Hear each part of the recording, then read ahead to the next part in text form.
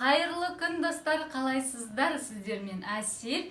Бүгін сіздермен өте дәмді, өте керемет және де өте жеңіл дайындалатын түскі асқа арналған болмаса кешкі асқа арналған пигоди дайындайтын боламыз. Ең алдымен менің каналыма подписацияны басып, тіркеліп алуды ұмытпаңыздар. Және де видеоның соңында лайк басып, комментарий қалдыруды да ұмытпаңыздар. Ал енді бастайық. Ең алдымен суымызды құямыз. Негізі менде кішкене ыстықтау су, өйткені сүтім салқын. Егер де сүттеріңіз жылы сүт болатын болса, жылы су құйсаңыздар да болады. Сүтке суды құйдық, енді үстіне қант саламыз. Қанттың үстіне кішкене шым-шым тұз саламыз. Сөйтеміз да жақсылап қант пен тұз ерігенше кішкене араластырып аламыз. Араластырмасаңыздар да болады, бірақ мен осылай жасаймын. Осының үстіне сұйық майды құямыз. Қанша грамм, қанша өлшем қажеттерін бәрін мен видеоның астында ссылка қалдырамын, описание. Соған кіріп қарасаңыздар болады. Және де аралас болдау деген кезде дрожжды салып жібереміз.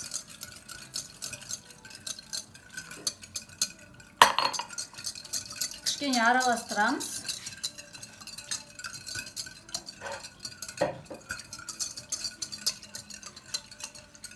Үстіне ұнымызды саламыз. Менде ұн уже алдын ала өлшенген.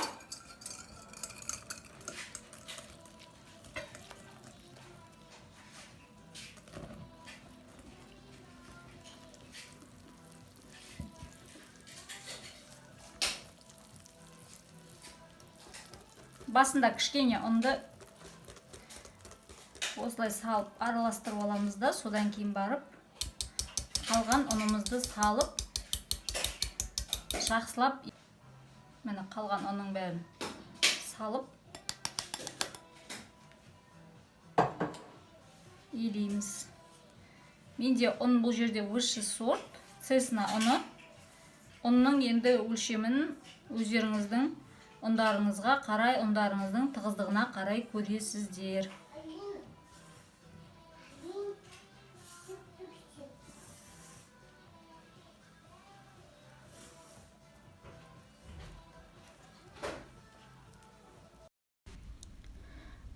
Қамырымызды осылай жақсы қылып елеп аламыз, басын біріктіріп. Менде мына жерде қолыма кішкене жабысты қамыр, сол үшін жарты уыстан кішкене жоғары, бір уысқа жетпейтіндей ұн салдым да, тағы да елеп жібердім.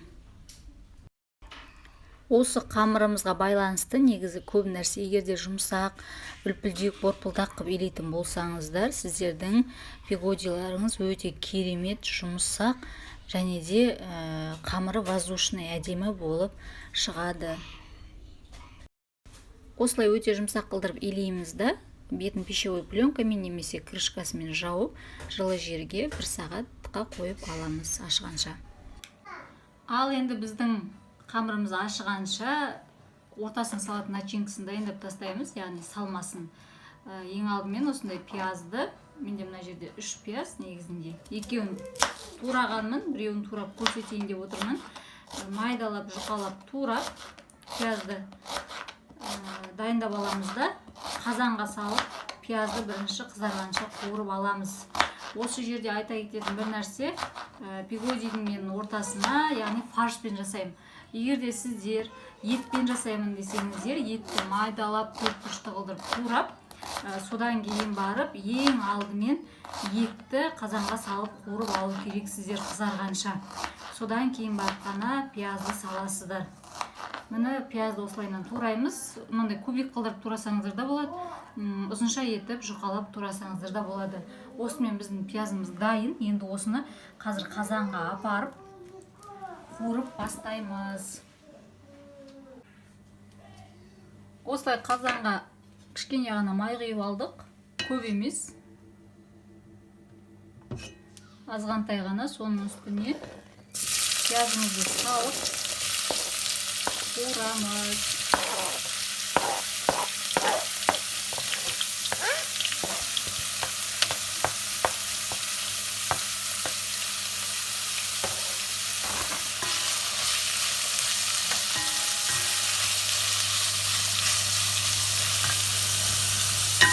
пиязымыз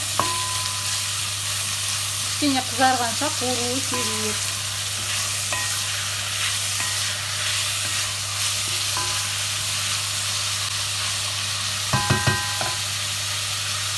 Енді осы пияз қуырылып жатқанда картошканы көрсетейін тұрады. Мына жерде біздің фаршымыз дайын. Енді картошканы турап тастаймыз. Картошканы осылай жұқалап тураймыз. Мантыға турағандай ғып, төрт-бұрышты етіп тураймыз. Яғни ол піскен кезде де өте тез піседі. Және де туралуы да оңай, особо көп уақытты да алмайды. Ұзынша таяқша етіп кесіп, майда кубик қылдырып турап шығамыз. 500 грамм фаршқа мен шағын 3 картошка және де 3 пияз қостым. Енді ол сіздер өздеріңіздің қалауларыңызға қарай. Егер де картошкасы маған көп болғаны керек емес дейтін болсаңыздар, әрине бір ғана картошка болмаса, екі ғана картошка қоссаңыздар жетеді. Бірақтан да негізінде осы картошкамен дәмдірек болады, дәмі келіп.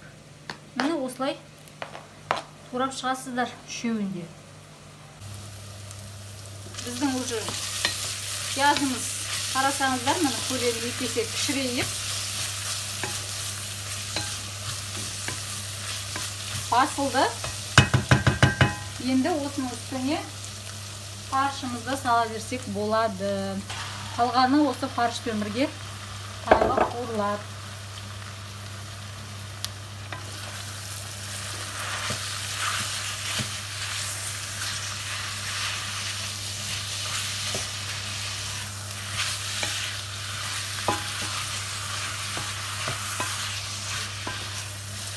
Осылай енді бізде фаршымызда көп қуырудың керегі жоқ.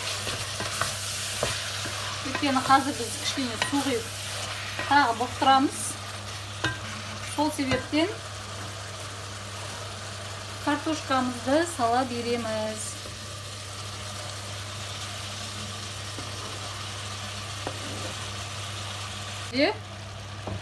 Тұз, бұрыш, жаңағы дәмдеуіштеріңізді салып жерсеңіздер болады. Менде бұрыш бітіп қалыпты, сол себептен кішкене ғана тұз салдым.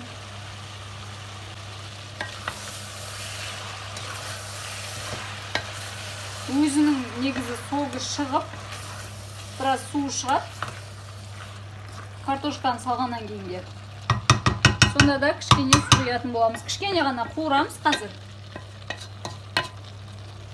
Содан кейін су құйып, бұқтырып қоямыз. Біздің салмамыз уже қуырылып бітті. Көп қуыра берудің керегі жоқ. Картошкаларымыз езіліп кетеді өйткені. Енді кішкене ғана су құямыз.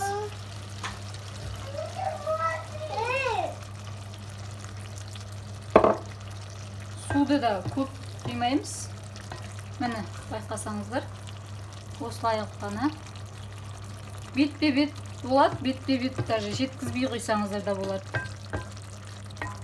Енді осыны баяу отта 15-20 минут бұқтырып аламыз, бетін жауып.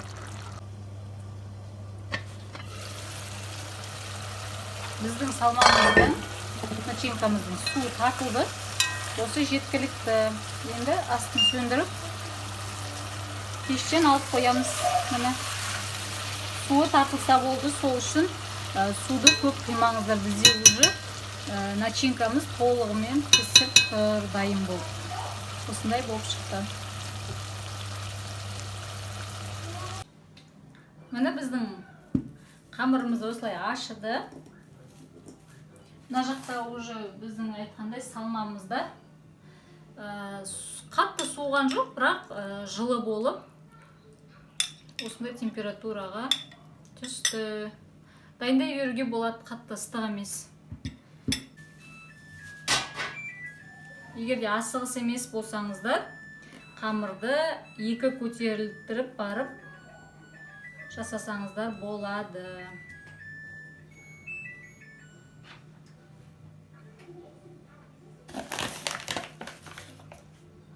Қазір қамырды мен көрсетіп жіберемін.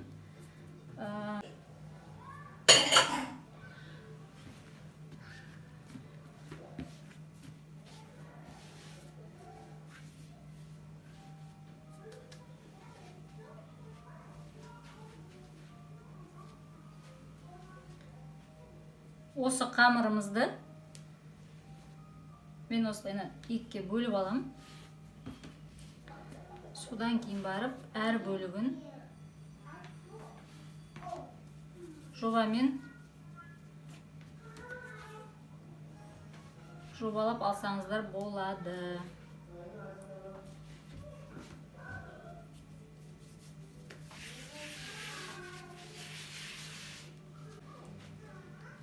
Осындай қылып бәрін дөңгелектеп аламыз. Дөңгелектеп болғаннан кейін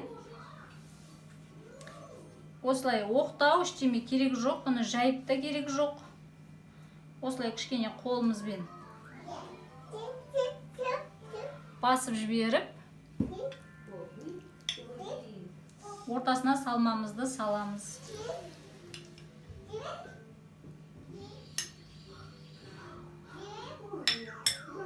Көбірек салуға да қорықпаңыздар. Себебі бізде ортасындағы начинкамыз уже піскен, піспей қалады деп қорықпайсыздар. Ешқандай да қиындығы жоқ. Осылайынан кішкене жабамызда. Кішкене біріп жібереміз, чтобы ашылмас үшін піскен кезде. Осындайдан қойып шығамыз.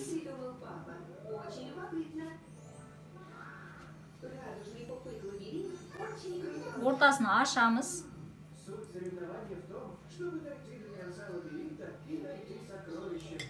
Сосын начинкамызды саламыз.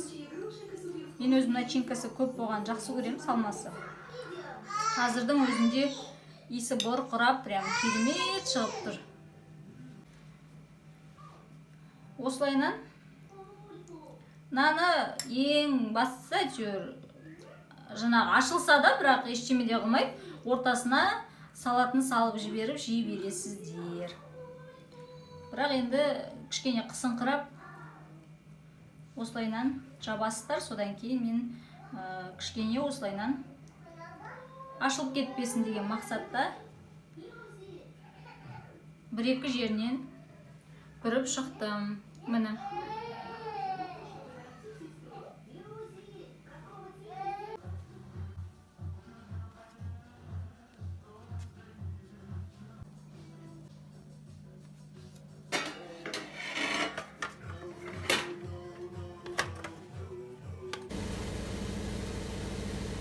Біздің суымыз қайнады. Қайнағаннан кейін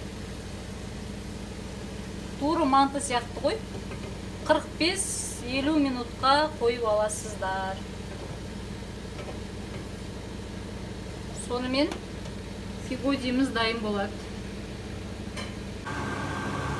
Біздің пигодиіміз дайын. Міне. Осындай болып шықты.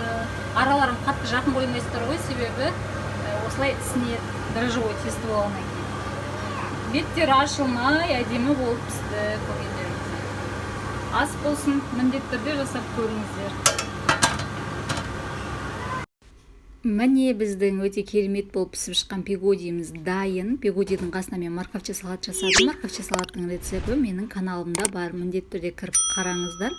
Каналға тіркеліп, лайк басып, комментарий қалдыруды ұмытпаңыздар.